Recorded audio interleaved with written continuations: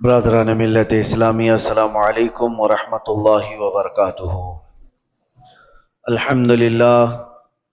الحمدللہ وکفا وسلام علی حبیبہ المصطفى، اما بعد فاعوذ باللہ من الشیطان الرجیم، بسم اللہ الرحمن الرحیم۔ والذین اذا فعلوا فاحشة او ظلموا انفسهم ذکروا اللہ فاستغفروا لذنوبہم ومن يغفر الذنوب الا اللہ ولم يصروا على ما فعلوا وهم صدق اللہ مولانا العظیم۔ بارگاہ رسالت میں آپ صلی اللہ تعالی علیہ وسلم میں درود پاک کا ہدیہ پیش کریں۔ اللہم صلی علی سیدنا محمد معدن الجود والکرم وآلہ واصحابہ الکرام وابنہ الکریم وبارک وسلم صلاۃ دائمۃ سرمدا ابدا۔ اللہ عز و جل قرآن پاک میں فرماتا ہے، اور وہ جنہوں نے بے حیائی کا کوئی کام کر دیا، برائی کر دی، گناہ کیا یا اپنی جانوں پر ظلم کیا، والذین اذا فعلوا فاحشة او ظلموا انفسهم، پھر اس کے بعد اس سے توبہ کرنا چاہا، اس سے باز آنا چاہا، تو اس کی دو چیزیں اللہ تعالیٰ بیان فرماتا ہے۔ پہلی چیز یہ ہے کہ جس چیز کو چھوڑا ہے اس پر دوبارہ نہ جائے۔ دوسری چیز یہ ہے کہ اللہ کا ذکر کر کے اس سے توبہ اور استغفار کی جائے۔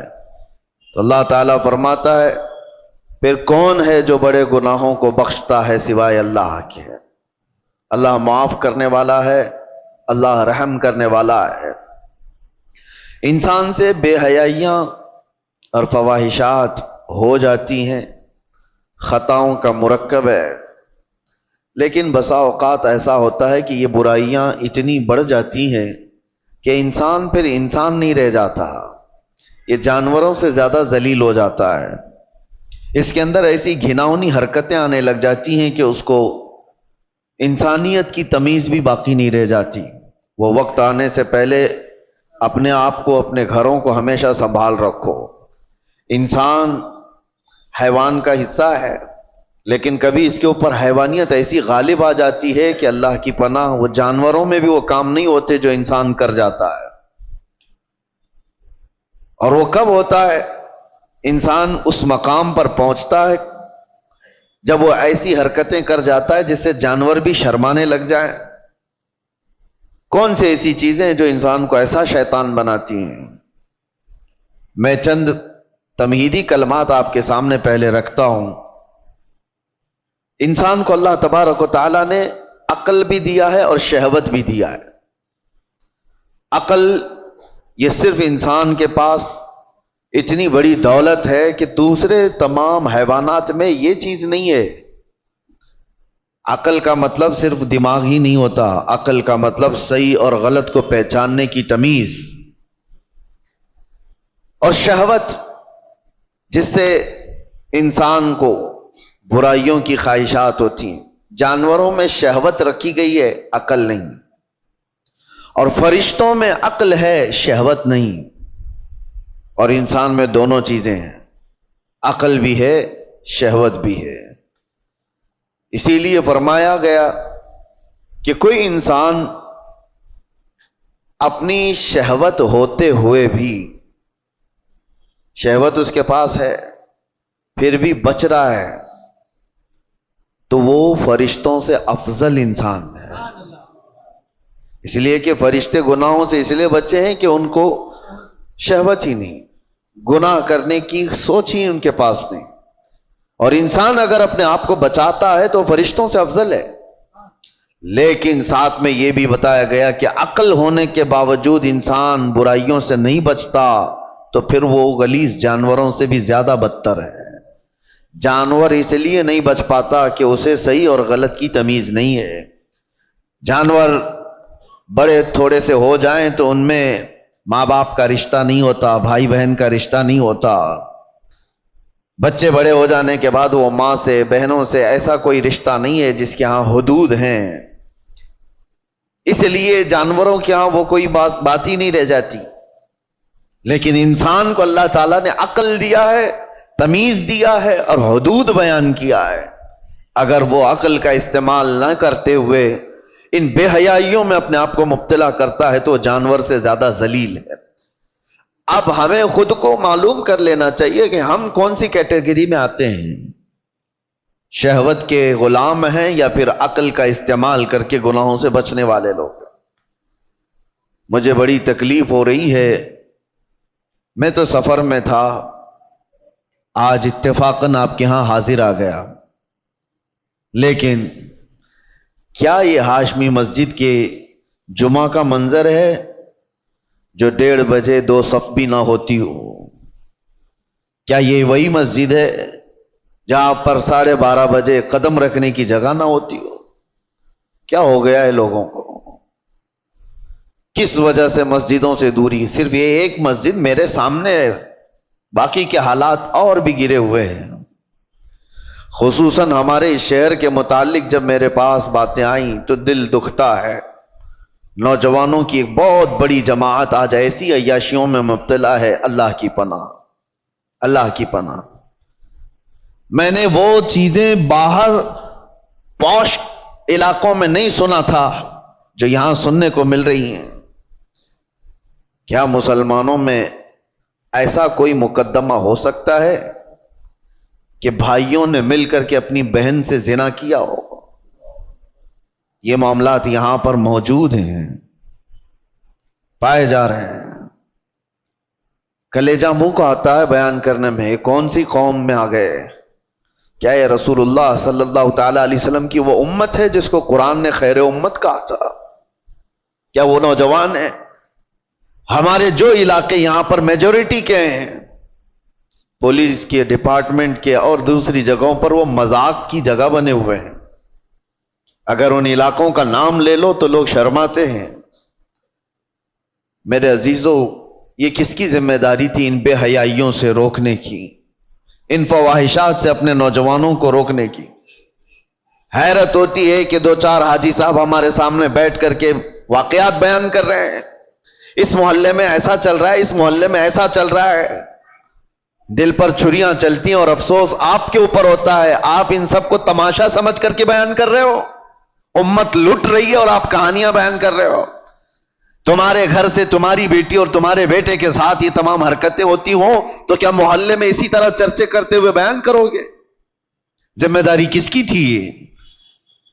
اور میں اکثر یہاں پر کہا کرتا تھا جب یہاں موجود تھا کہ ایک بہت بڑی نعمت ہے ہمارے ان علاقوں میں کہ آج بھی ہماری مسجدوں میں یہ جماعت کا جو سسٹم ہے, متولی ہونا, اراکین ہونا, جماعت کا ان کا جو ہولڈ ہے وہ دوسرے علاقوں میں آپ کو نہیں ملے گا.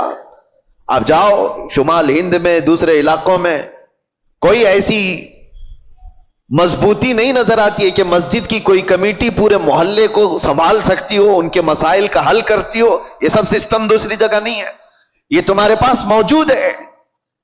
لیکن یہ جماعتوں کے اراکین جو بھی مسجدوں کے بن گئے, انہوں نے اپنی ذمہ داریاں فراموش کر دی. اب ان کو لگتا ہے کہ صرف اور صرف کمیٹی بنانا ہے, مسجد دیکھنا ہے. محلے سے ان کی بھی نظریں ختم ہو گئی.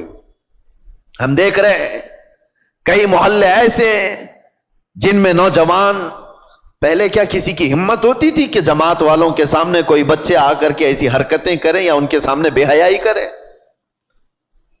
ہوتا یہ تھا, ڈر تھا محلے والوں کو کہ ہمارے نکاح منگنی ولیمے بھی ہونے ہیں, کبھی جماعت سے بائیکاٹ نہ ہو جائے. ڈر لگتا تھا لوگوں کو محلوں میں کہ کسی کے گھر پر نظر نہ ڈالی جائے ورنہ جماعت میں فیصلہ چلا جائے گا تو بے عزتی ہو جائے گی.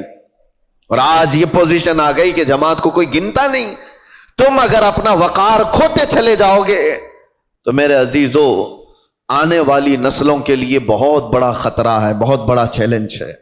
میں دیکھ رہا ہوں ان چھوٹے بچوں کو ہمارے, اب میں ہر ایک کا نام لے کر کے ذکر کروں تو ظاہر سی بات ہے دنیا بھر میں باتیں وائرل ہوتی ہیں, لیکن سمجھنے والے سمجھ سکتے ہیں. اسکول کے 4 کلاس کے بچے کو, 4 کلاس کا بچہ مشکل سے میرے خیال سے 9 سال کی عمر کا ہوتا ہوگا, اس کے دادا میرے پاس لے کر کے آئے اور کہتے ہیں کہ یہ نشہ کرتا ہے.